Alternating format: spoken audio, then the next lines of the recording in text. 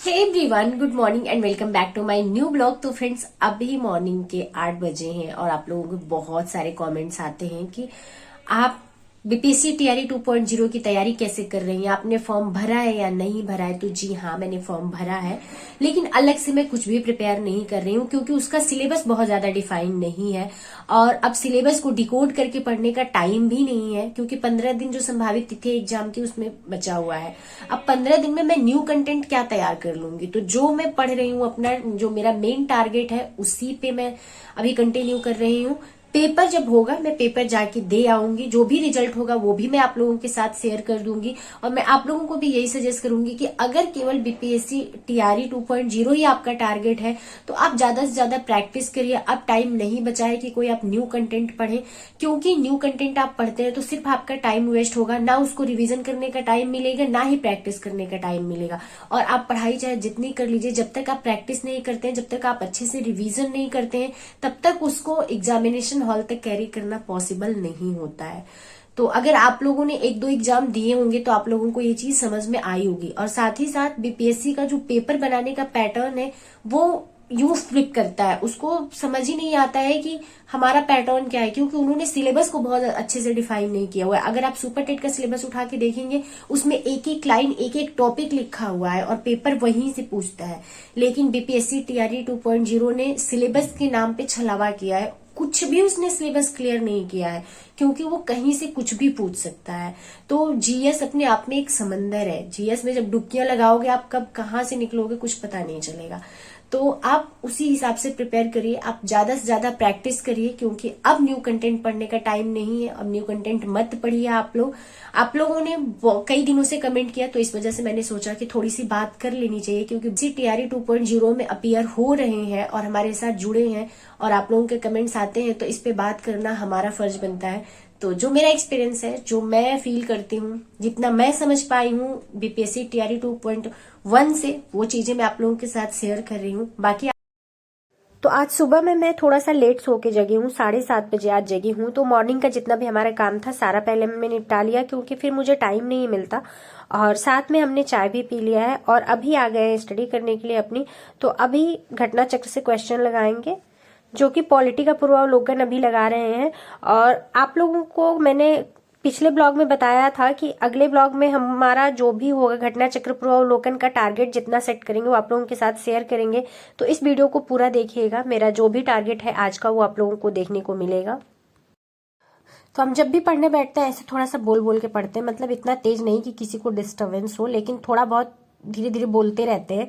तो वो हमारे सारे वीडियो में आप लोगों को देखने को मिलेगा। तो उससे आप लोग प्लीज इरिटेट मत होना, वो मेरी बचपन की आदत है और कुछ बचपन की अच्छी आदतें हो, कुछ बुरी आदतें हो, वो नहीं जाती हैं जिंदगी भर। तो उसी तरीके से ये मेरे साथ है।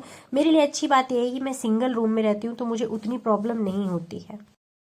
और हम जब भी पॉलिटी पढ़ने बैठते हैं तो मेरे दिमाग में एक ख्याल आता है कि हम लोगों को क्लास में तो ये पढ़ाया जाता है कि हमारा देश संविधान से चलता है, लेकिन हमारे समाज में जस्ट उसके उल्टी चीजें सिखाई जाती हैं। हमारा देश गीता और कुरान से चलता है, क्योंकि समाज के कुछ ठेकेदार ऐसे होते हैं जो कभी नहीं चाहेंगे कि आप अपने हक के बारे में जानिए, आप अपने अधिकारों के बारे में जानिए, क्योंकि जब आप अपने हक और अधिकार के बारे में जान जाएंगे तो उनकी कुर्सी उनसे छीन सकती है। यही काम नेता भी करते हैं, यही काम हमारे समाज के ठेकेदार करते हैं, जिसकी वजह से इतना बड़ा संविधान होने के बावजूद भी हम लोग अपने अधिकारों से वंचित है। आज तक इतने सारे प्रावधान होने के बाद भी हम लोगों को सुविधाएं नहीं मिल पाती है। तो इसके लिए जिम्मेदार भी कहीं ना कहीं हम लोग हैं, क्योंकि हम लोगों को अवेयर होना पड़ेगा और अपने हक के बारे में जानना होगा। तो अभी क्वेश्चन लगाते लगाते मुझे थोड़ी सी भूख लगी, क्योंकि सुबह में आज केवल हमने चाय पिया था। तो रात में हमने जो चावल की रोटी बनाई थी वो मेरे पास बची थी, तो उसको हम केचप के साथ थोड़ा सा खा लेते हैं। और चावल जब बच जाता है तो हम इस तरीके से उसकी रोटियां बना लेते हैं, उसमें थोड़ा सा धनिया मिर्चा कट करके ऐड कर देते हैं, साथ में थोड़ा सा नमक, बस सिंपल रहता है, उसमें कोई मसाले वगैरह नहीं ऐड करते हैं। और रात में हम चावल नहीं खा सकते हैं, इसी वजह से इसकी हमने रोटियां बना ली थी, क्योंकि रोटी बना लेंगे तो वो गर्म हो जाता है और थोड़ा सा आटा का मिक्सअप रहता है तो वो नुकसान नहीं करता है। चावल अगर ऐसे खा लेते हैं तो पूरा जकड़न जकड़न सी हो जाती है मुझे। तो इसको ऐसे ही थाली में रख के हम फैला लिए, क्योंकि ये फट रही थी बार बार। और उसके बाद हल्का सा ऑयल डाल के सेक लेंगे, क्योंकि ये तवे में चिपकता है। तो वो अच्छे से पलट जाए उसके लिए। और इसको धीमी आंच पे 10 मिनट पकाएंगे क्योंकि ये थोड़ी मोटी रोटी बन गई है। अब पराठे नहीं बन सकता था क्योंकि चावल बहुत खड़ा खड़ा और कड़ा हो गया था ठंड होने की वजह से, तो इसी वजह से हमने इसकी मोटी रोटी बना ली। और ये दिन की पालक की जो दाल बनी थी और चोखा वो थोड़ा सा बचा हुआ था, तो हम अपना रात में डिनर ऐसे ही किए थे, उसी में का बचा हुआ था जो मॉर्निंग में हमने ब्रेकफास्ट में लिया। तो ब्रेकफास्ट खत्म करने के बाद वापस आ गए हम अपने क्वेश्चन लगाने के लिए, क्योंकि आज कुछ हमने लंबा टारगेट रख लिया है, तो इसको अपने जितना टाइम के लिए हमने रखा है उतने टाइम में हमें इसे कंप्लीट करना है। और ये नहीं कि सिर्फ हम पढ़ के निकल जाएं। कुछ क्वेश्चन ऐसे थे हमारे जिसको हमने राउंड कर दिया, जो कि मुझे थोड़ा सा कॉन्सेप्ट उसका नहीं समझ आ रहा था या फिर डिफिकल्टी हो रही थी। मुझे लगा कि इसको वापस से रिवाइज करना है, क्योंकि पूरे घटना चक्र को बार बार पढ़ना पॉसिबल नहीं है। तो जो क्वेश्चन हमें इजिली आ रहे थे, जिसका कॉन्सेप्ट हमारा बिल्कुल क्लियर था, उसको नेक्स्ट टाइम हम रिवाइज नहीं करेंगे। जिस क्वेश्चन को हमने सर्कल बनाया है सिर्फ उसी क्वेश्चन को पढ़ेंगे। जब घटना चक्र पूर्वावलोकन की फर्स्ट टाइम मैंने बुक देखी थी तो मुझे बहुत घबराहट हुई थी कि मैं कैसे रिवाइज करूंगी इसको। एक बार तो पढ़ना पॉसिबल है क्योंकि नई बुक रहती है, वो चाहे जितनी मोटी हो, फर्स्ट टाइम पढ़ने में एक्साइटमेंट अलग होता है, लेकिन सेकंड टाइम उसको रिवाइज कैसे करेंगे क्योंकि थोड़ी सी बोरिंग हो जाती है मेरे लिए। मैं सेकंड टाइम रिवीजन करना थोड़ा कम पसंद करती हूँ, लेकिन जो चीजें नहीं आती है और कंपटीशन ऐसी चीज है कि जिसमें आप रिवाइज नहीं करेंगे, जब तक मंझेंगे नहीं अच्छे से, तब तक आप क्वेश्चन नहीं सॉल्व कर पाएंगे। तो एक स्ट्रैटेजी के तहत हमने उसको सॉर्ट कर लिया है, अब उतनी प्रॉब्लम हमको नहीं होती है।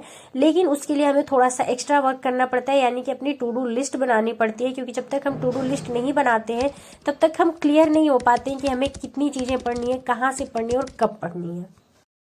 जो कि पिछले ब्लॉग में भी आप लोगों को देखने को मिला होगा कि सब्जेक्ट वाइज मैं टू डू लिस्ट बनाती हूँ, तो मैं किस तरीके से बनाती हूँ कभी डिटेल में नहीं शेयर किया है। लेकिन आज के वीडियो में आप लोगों को घटना चक्र पूर्वावलोकन के लिए हम अपना क्या स्ट्रैटेजी रखे हैं वो आप लोगों के साथ आज के वीडियो में शेयर किए हैं, तो आप लोग पूरा वीडियो देखिए। तो जो बच्चे गांव में रहते हैं उनसे मैं एक चीज कहना चाहूंगी कि आप लोग देख के वीडियो बहुत ज्यादा पैनिक हो जाते हो कि हम तो घर पे रहते हैं, हमारे पास बहुत सारा काम रहता है। तो मैं अपने छोटे छोटे क्लिप जो काम वाला भी आप लोगों के साथ शेयर करती हूँ, इसीलिए ताकि आप लोग देख के पैनिक ना हो। हम लोगों के पास भी काम रहता है, सिंगल ही है हम लोग, और हम लोगों को सब्जी भी लानी है, हर काम करना है। घर में आप लोगों को आलस आ गया, आप लोग कुछ काम को नहीं भी करोगे तो चल जाता है, उतनी प्रॉब्लम नहीं होती है। तो फ्रेंड्स, पिछले वीडियो में हमने आप लोगों के साथ शेयर किया था कि अभी हम घटना चक्र का पूर्वावलोकन लगा रहे हैं, जो कि पॉलिटी का है, और इसको हम कोशिश करेंगे कि 3 दिन में कंप्लीट कर लें। तो हम किस तरीके से अपने टारगेट सेट करते हैं पर डे का, चलिए वो आप लोगों के साथ शेयर करते हैं। तो ये है हमारी फर्स्ट डे की टारगेट लिस्ट, जिसमें हमने इतने सारे टॉपिक रखे हैं और नंबर ऑफ क्वेश्चन टोटल है 427, जो कि हमें एक दिन में सॉल्व करने हैं। तो ये मेरा एक दिन का टारगेट है। इसके साथ में हमें अपने कुछ नोट्स भी रिवाइज करने होते हैं, कुछ बाकी मटेरियल्स भी फॉलो करने होते हैं और कुछ नोट्स भी बनाने होते हैं, जो कि हम इसके साथ कंप्लीट करते हैं। तो घटना चक्र पूर्वावलोकन को लेके बहुत ज्यादा कंफ्यूजन रहता है, क्योंकि मैं भी कुछ टाइम तक बहुत ज्यादा कंफ्यूज थी कि मैं किस तरीके से पढूं, क्योंकि इतनी मोटी मोटी बुकें और एक बार पढ़ने से तो कुछ होना नहीं, इसको बार बार पढ़ना पड़ेगा। तो हम किस तरीके से प्लान करें कि इसको अच्छे से पढ़ पाए। तो ये है हमारा 1 डे का टारगेट, जो कि घटना चक्र पूर्वावलोकन का हिस्सा है। तो ये देखा आप लोगों ने हमारा कि हम अपने किस तरीके से शेड्यूल को डिवाइड करते हैं, किस तरीके से हम किस चीज को प्रायोरिटी देते हैं अपने शेड्यूल में। और अभी हमारे लंच का टाइम हो चुका है, तो लंच में आज कुछ खास नहीं बनने वाला है, क्योंकि दूध में लाई थी और वो फट गया था, तो इतना थोड़ा सा रहता है कि उसकी सब्जी भी नहीं बन सकती है, तो उसी से हम पराठे बना लेंगे। और बहुत सारी हाउसवाइफ भी हैं जो हमारे साथ जुड़ी हुई हैं, तो मैं उनको यही कहना चाहूंगी कि आप मेरा टू डू लिस्ट देख के पैनिक बिल्कुल भी मत होइए, क्योंकि सबके पास अलग अलग टाइमिंग है। जिसके पास जो टाइम है आप अपने स्टडी को उसी में मैनेज करने का ट्राई करिएगा, क्योंकि अगर बहुत ज्यादा पैनिक होंगी तो आपकी पढ़ाई भी नहीं हो पाएगी और टाइम भी चला जाएगा। तो आप बिल्कुल भी परेशान मत होइए, जिसके पास जो टाइम होता है वही करेक्ट होता है स्टडी करने के लिए। हमारे पास भी स्टडी के अलावा और भी बहुत सारे काम होते हैं जो हम आप लोगों के साथ वीडियो पे नहीं शेयर कर सकते हैं। जितना पॉसिबल होता है उतना शेयर कर पाते हैं और करते हैं आप लोगों के साथ शेयर। और साथ ही साथ मैं भी गांव से बिलोंग करती हूँ, तो मुझे पता है कि गांव में कितने काम होते हैं, क्या क्या काम होते हैं। तो हम भी अपनी ग्रेजुएशन गाँव से ही कम्प्लीट किए हैं, तो हम भी अपना घर का काम करने के साथ साथ स्टडी कम्प्लीट किए हैं। तो अभी मैं खाना खाने जैसे बैठी वैसे ही कॉल आ गई मेरी भाभी के सिस्टर की। मैंने आप लोगों से अपने बर्थडे वाले ब्लॉग में कहा था कि मेरी सिस्टर तो दरअसल वो मेरी भाभी की सिस्टर है, तो उसको क्या बोलूं, सिस्टर ही तो बोलूंगी। तो वो आ गई है, चलिए चलते हैं उसको लेने, फिर मिलते हैं आप लोगों से। ये है इलाहाबाद का छात्र जीवन, ऐसे निकलता है क्योंकि यहाँ कोई और नहीं है, अपना एक दूसरे का सपोर्ट सिस्टम बन के हम लोग एक एक दिन निकालते हैं यहाँ पे। तो कैमरा को देख के कौन से सो रही थी, और अनाज तो इतने लेके आई थी कि इसके वजन से भी ये ज्यादा होगा, इससे उठ भी नहीं रहा था। और अगर आपको अंदाजा नहीं है कि आप कितना खाते हो साल भर में अनाज ना, इलाहाबाद में आके रह लो 2 महीने, आधा किलो का वजन भी 1 किलो लगने लगेगा। ढोते ढोते उसको मर गई अकेले। कहाँ से ढो के ले आ रही हो? स्टेशन में कुछ नहीं लाना पड़ता है। यहाँ तक पैदल आई हो क्या? तो क्या स्टेशन। अरे तो अभी मैं थोड़ा सा ही खाना खा के चली गई थी उसको लेने के लिए, तो आई तो वो सिर्फ आधी पराठा खाई, आधी पराठा नहीं खाई क्योंकि उसको पराठे वगैरह उतना पसंद नहीं। तो हम चलते हैं अब खाना खाएंगे और आप लोगों से मिलेंगे नेक्स्ट वीडियो में। इस वीडियो को यहीं पेंड करते हैं। वीडियो पसंद आई हो तो वीडियो को एक लाइक जरूर कर दीजिएगा, और चैनल पे नए हैं तो सब्सक्राइब करके बेल आइकन प्रेस कर दीजिएगा, जिससे मेरी आने वाली वीडियो का नोटिफिकेशन आप सभी को मिल सके। तो मेरी वीडियो कैसी लगती है आप सबको कमेंट बॉक्स में एक कमेंट जरूर किया करिए। चलिए मिलते हैं नेक्स्ट वीडियो में, तब तक के लिए बाय बाय।